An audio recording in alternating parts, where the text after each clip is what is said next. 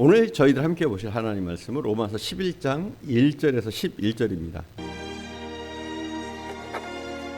그러므로 내가 말하노니 하나님이 자기 백성을 버리셨느냐? 그럴 수 없느니라. 나도 이스라엘이니요 아브라함의 씨에서 난 자요 베냐민 지파라. 하나님이 그 미리 아신 자기 백성을 버리지 아니하셨나니 너희가 성경이 엘리야를 가리켜 말한 것을 알지 못하느냐? 그가 이스라엘을 하나님께 고발하되 주여, 그들이 주의 선지자들을 죽였으며 주의 제단들을 헐어버렸고 나만 남았는데 내 목숨도 찼나이다. 그에게 하신 대답이 무엇이냐?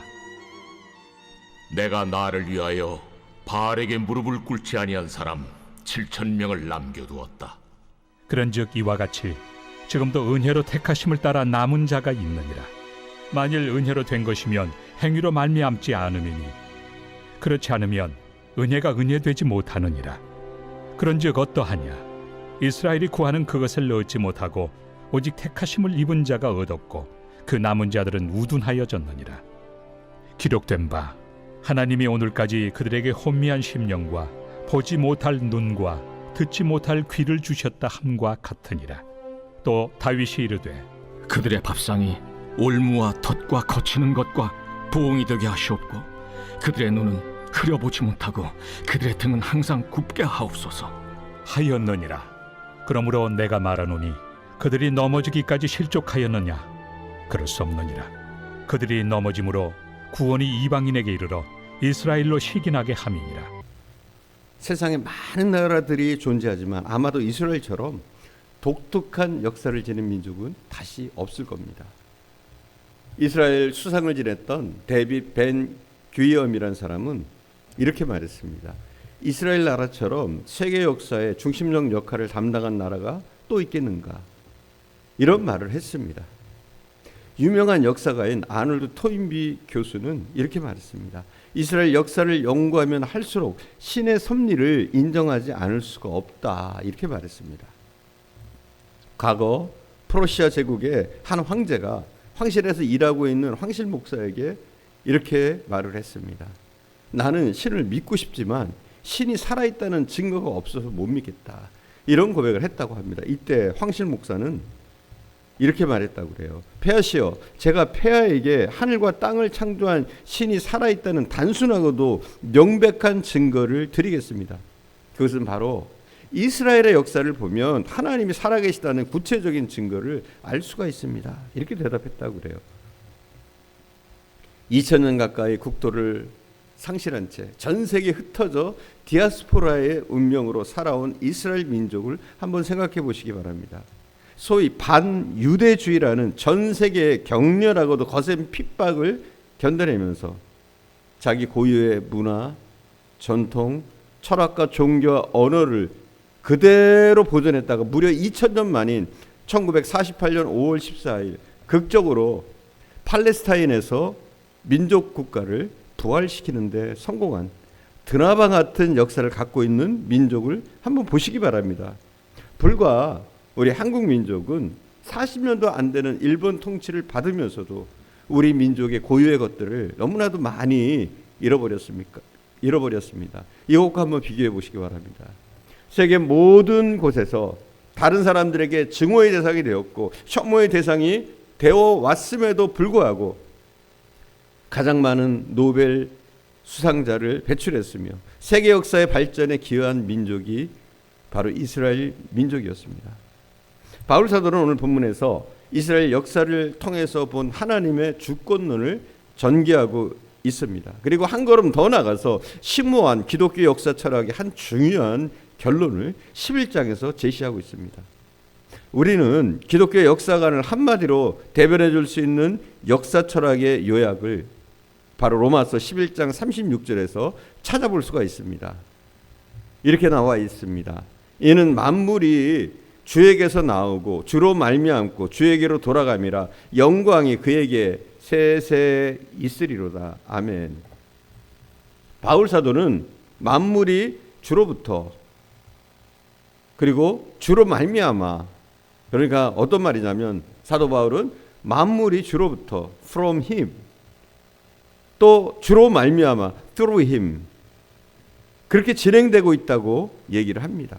그리고 다시 주께로 돌아간다. 하나님의 주권을 나타내주는 대표적인 본보기로 특별히 이스라엘 민족의 사례를 바울은 지시하고 있습니다. 특별히 이스라엘 민족사에 있었던 세 가지 사건을 들어서 하나님의 주권을 선언합니다. 그 세 가지 사건은 첫 번째로 이스라엘 민족을 선민으로 선택하셨다는 것, 그리고 두 번째로는 이스라엘 민족을 잠시 버리신 버림의 사건, 그리고 세 번째는 다시 이스라엘을 회복시킨 회복의 사건. 이 세 가지 사건을 통해서 본 하나님의 주권론을 우리가 본문을 통해서 살펴보겠습니다. 첫 번째로 이스라엘을 선택함을 통해서 하나님의 주권의 은혜성을 확인할 수가 있습니다. 사랑하는 여러분, 이스라엘 민족이 선민으로 선택된 이유가 뭘까요? 그들을 왜 하나님이 하필이면 그들을 선민으로 선택하셨을까요? 이스라엘 민족이 다른 나라보다 뛰어난 어떤 우수한 자질을 가졌기 때문일까요? 이스라엘 국가가 주변 지상의 많은 나라에 비교해서 훨씬 더 도덕적이었기 때문에 하나님이 선택하셨을까요? 본문은 그것이 아니라는 겁니다. 전적인 하나님의 주권에 의해서 그들이 선택되어졌다고 강조하고 있습니다. 우리는 이미 로마서 9장에서 어머니 뱃속부터 야곱은 사랑하셨으나 에서는 미워했다는 말씀을 우리가 살펴봤습니다. 여기서 야곱과 에서는 개인으로 보는 것보다는 야곱은 이스라엘 민족을 대표하는 대표자로 보는 것이 타당하다고 말씀드렸습니다.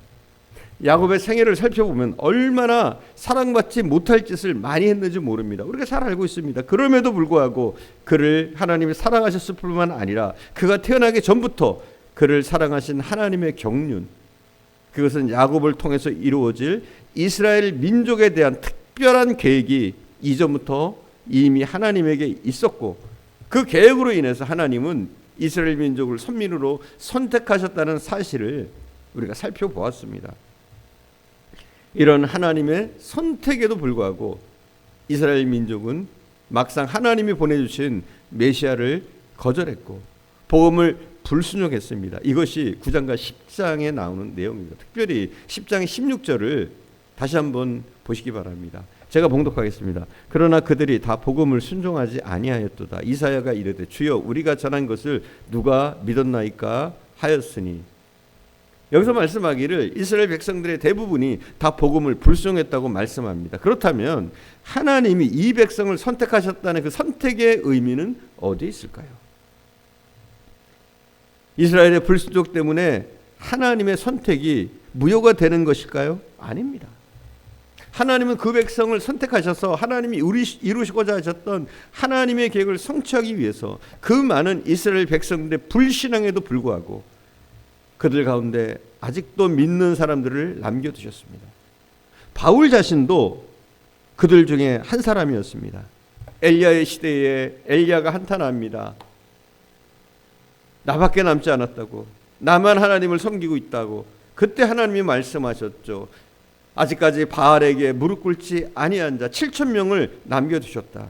이 말씀처럼 아직도 하나님은 믿음의 사람들을 이스라엘 백성 가운데 남겨두셨고 그들을 통해서 하나님이 하시고자 하는 일들을 지금도 하시고 계시다는 것을 본문은 선언하고 있습니다. 하나님이 이스라엘 민족을 선택하셨습니다. 그것은 순전히 하나님의 주권입니다. 우리는 이것을 통해서 하나님의 주권의 완전성, 그리고 결국 이루어 가시는 하나님을 우리가 살펴보게 됩니다. 기도하겠습니다. 사랑하는 주님, 우리가 이스라엘 민족의 역사를 살펴보면 하나님이 역사하셨고 인도하셨음을 봅니다. 하나님이 이스라엘을 선택하신 이유는 그들이 잘나서 지혜로워서 도덕적이어서가 아니라 순전히 하나님의 계획과 하나님의 섭리에 의한 것임을 우리가 믿습니다. 심히 연약한 저희들도 부족하지만 하나님이 우리를 부르셨고 선택하신 줄 믿습니다. 우리가 이스라엘 백성처럼 그 선택에 위배되는 삶이 아니라 선택에 합당한 삶을 사는, 복음을 위해서 사는, 주님을 바라보며 사는 하나님의 사람이 되어줄 수 있도록 인도하옵소서. 오늘도 함께 하신 주님께 감사드리며 우리 구주 예수님의 이름으로 기도드립니다. 아멘.